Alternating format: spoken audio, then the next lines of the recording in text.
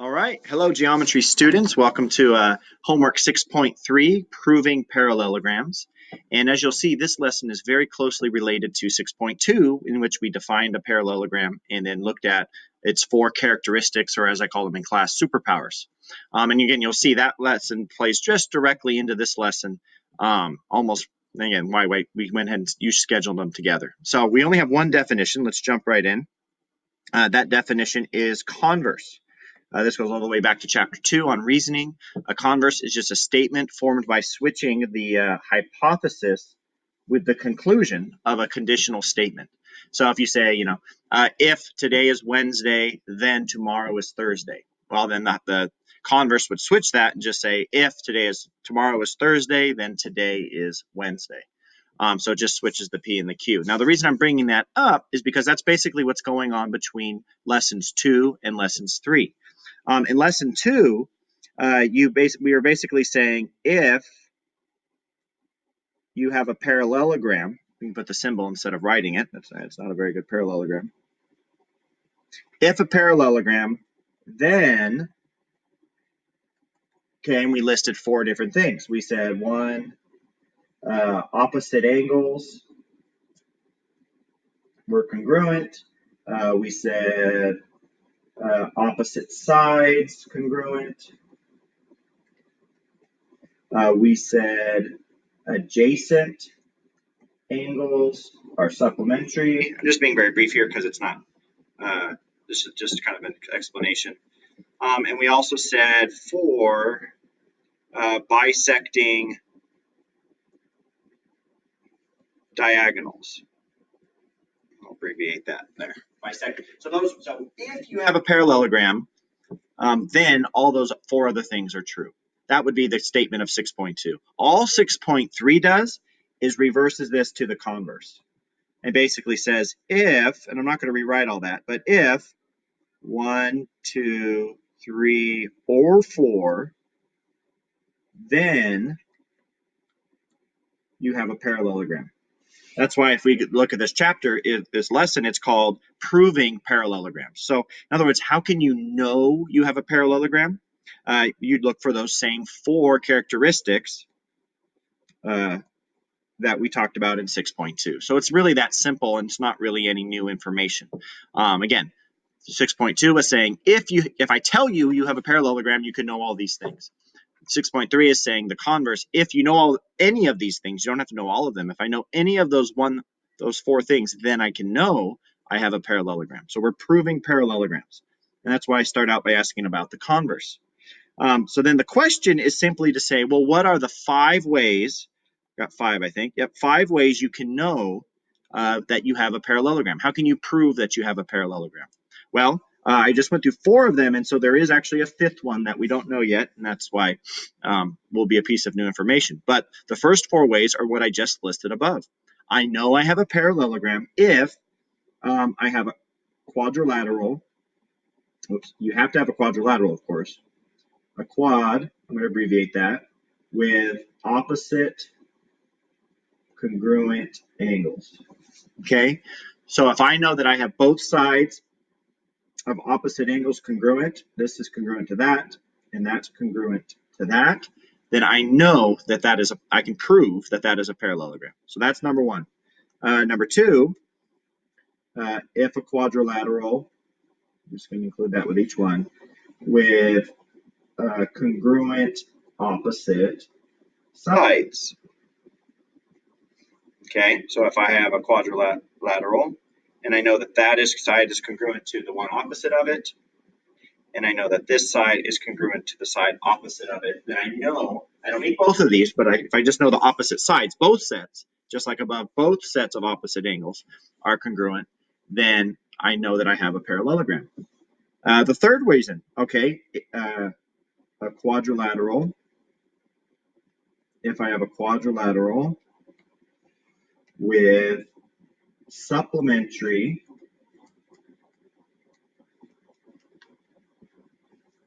adjacent angles. Okay, so if I have a quadrilateral, a 4-sided shape, and I know that angle 1 angle 1 plus angle 2 equals 180, and angle 4 plus angle 3 equals 180, something like that. So if I know I have two sets of supplementary adjacent angles, again, let's see, these two add up to 180, and these two add up to 180, then I know that it must be a parallelogram. It can't be any other type of four-sided polygon. All right, then the fourth one that we talked about, if a quad with bisecting diagonals.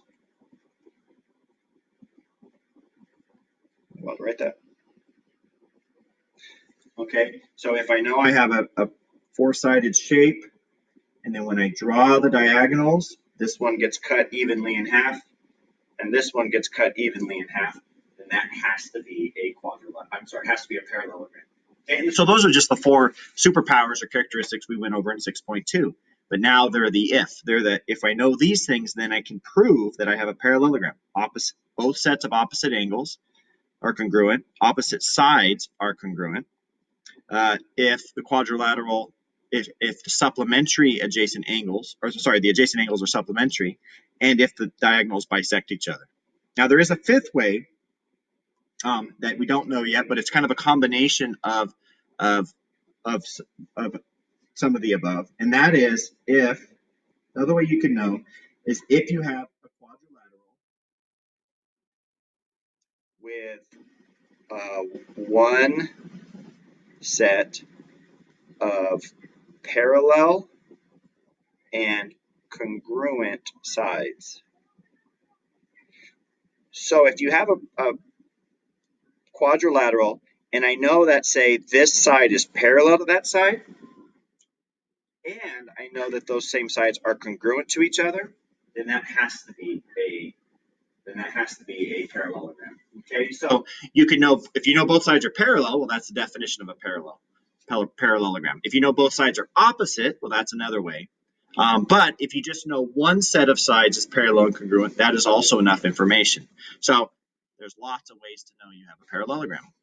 And so that's what we're doing here. These 5 questions, just identifying, or this question, identifying the 5 ways, and in a sense, superpowers of parallelograms. Okay. Now, number 2 gets into where we'll be doing some of this on a Cartesian plane, and that is, how can you prove that a graphed figure is a parallelogram?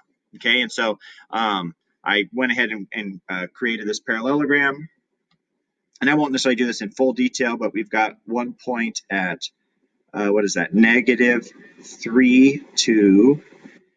This point is at -2, 7. This point is at 2, 4. And this one is at 1, -1. So how could I know? How could I prove at least? You're like, well, it looks like 1. Well, how can you know for sure? Well, the idea is you can, using some of the above reasons, you can apply that to the Cartesian plane or to the graph. One is, if I can prove that the sides are parallel, I know that I have a parallelogram. Do we know how to show if lines are parallel? Right. Yes, we do. If they have the same slope. Okay, so like I could see that, let me change colors here. I could check the slope of AB and DC, and then I can check the slope of BC and AD and see if they are in fact the same. And we can do that pretty easily. I can see that the slope of AB is up 1, 2, 3, 4, 5 over 1. Okay, so this has a slope of 5. Okay, how about D to C? 1, 2, 3, 4, 5, and over 1. So I can see this one also has a slope, not a length, but that's a slope of 5. So in fact, these two sides are parallel. Okay. Now, how about the other two sides? You'll just repeat the same thing. It's not very difficult. You saw. I can say, okay, well, the rise here is down 1, 2. Whoops. 1, 2, 3. So -3. 1, 2, 3, 4. Okay, so that is a slope of -3/4. Let's just check the next one. 1, 2, 3, 1, 2, 3, 4. Okay, that's also a slope of -3/4. So those lines are also parallel. So I can know this is a parallelogram because I know that the sides, both sets of sides, are in fact parallel. You can see that's not very difficult. So that's method number one. Show both sets of sides are parallel. Okay. How about one of the other ways in which we say that opposite sides are congruent? So in other words, is the length of BC, this distance, the same as this distance here? Can I prove that on the coordinate plane? Sure, yeah, we learned how to do that. We learned the distance formula. We can do a squared plus b squared equals c squared. And so I can see, so I won't do this for everything, but I'm just going to give you an idea. If I want to find the length of BC, I just look at it this way and I say, okay, the height is 3, the length is 4, so I already did that when I did the slope. So I would just do 3 squared plus 4 squared, which equals c squared. And so that is 9 plus 16, which is going to be 25, and the square root of 25 equals 5. Whoops. 5. So in other words, that distance there is 5. And is the distance of AD down here the same? Well, you could walk through it, but you can see, yeah, because it also has a height of 3 and a distance of 4. And so I can say, okay, so the length of both BC and AD are both 5. So I know those are congruent. Erase all this. And then you would just repeat that with the other side. I'm not going to do that at this time, but then I would need to show that AB and CD are also congruent. So that's our other way of doing this. Show both sets of sides congruent. Okay, and so depending on whether the question wants you to do it a certain way or not, that is one way in which you can prove that a drawing on the coordinate plane is, you could do it either way, check the slopes or you could check the lengths of the sides, whichever you're most comfortable with. And there's in fact a third way, and again, probably wouldn't prefer to do it this way, but you can do it, and maybe they'll require you to do it, and that is that the diagonals must bisect each other. So that means if I were to draw my diagonals here, then this point right here would lie on the midpoint of BD and AC. Okay, and so do we know how to find the midpoint? Yeah, we can find the midpoint. We simply add the two distances and divide by 2. So for example, what's the midpoint of B and D? Well, we can go, let me move this up. We can say, all right, well, -2 plus 1 divided by 2, and 7 plus -1 divided by 2. And so -2 plus 1 is -1 divided by 2 is -1/2. And 7 plus -1 is 6. 6 divided by 2 is 3. So that midpoint should lie on -1/2, 3. And if I look at this, I didn't draw those lines really carefully, but if I go back half, up 1, 2, 3, bingo, it's right there.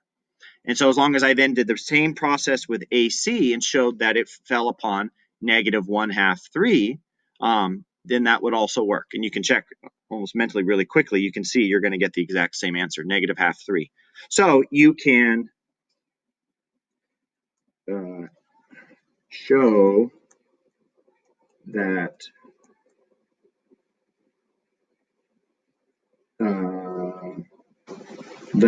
in this case, the diagonals have the same midpoint. So that question asked, how can you prove a graph? I can't really read that. How can you prove a graphed polygon or quadrilateral to be a parallelogram? 3 ways. You can either show that both lines are parallel, you could show that both sides are congruent, or you could show that both diagonals, BD or AC, that they have the same midpoint. Depending on what the question asks you, you need to be able to do it all three ways, or you can pick the way that you like most if they give you the choice. Alrighty, so proving parallelograms in 6.3, basically using the 4 superpowers plus one bonus one. All right, we'll see you in class and we'll flesh this out and we'll keep having a great time in geometry. See you soon.